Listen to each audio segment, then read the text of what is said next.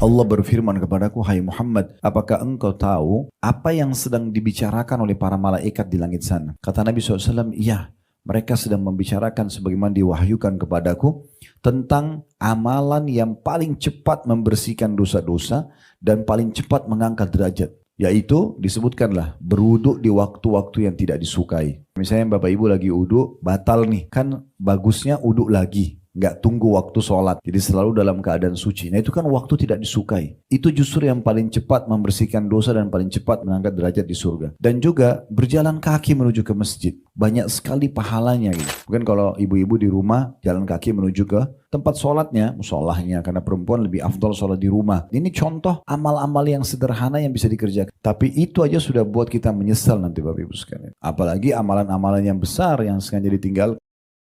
Salah satu yang menggambarkan orang itu akhlaknya baik, kalau dia bisa mengontrol lisannya. Kalau kita pernah dengar orang berkata kasar tanpa sebab, nggak ada sesuatu yang memicu itu. Kalau ada orang misal tiba-tiba jalan terus dikebukin oleh orang yang tanpa sebab, lalu dia tiba-tiba marah, ada sebab. Tapi kalau tidak ada sebab, ada orang subhanallah begitu, tanpa sebab selalu yang keluar kata-kata kasar. Kata-kata yang tidak menunjukkan dia itu berkualitas ya. Atau dia bahasakan lain rendahan sekali. Karena selalu yang keluar kata-kata kasar, ya nama-nama binatang, apalah dengan sedikit kecewa saja sudah keluar semua ini. Bahkan seringkali mencaci maki dirinya sendiri. Mungkin karena dia terbiasa dengan perangai buruk ini, dia mau pakai sendal, misal keliru, dia sendiri yang keliru. Cukup untuk dia buat caci maki dirinya sendiri.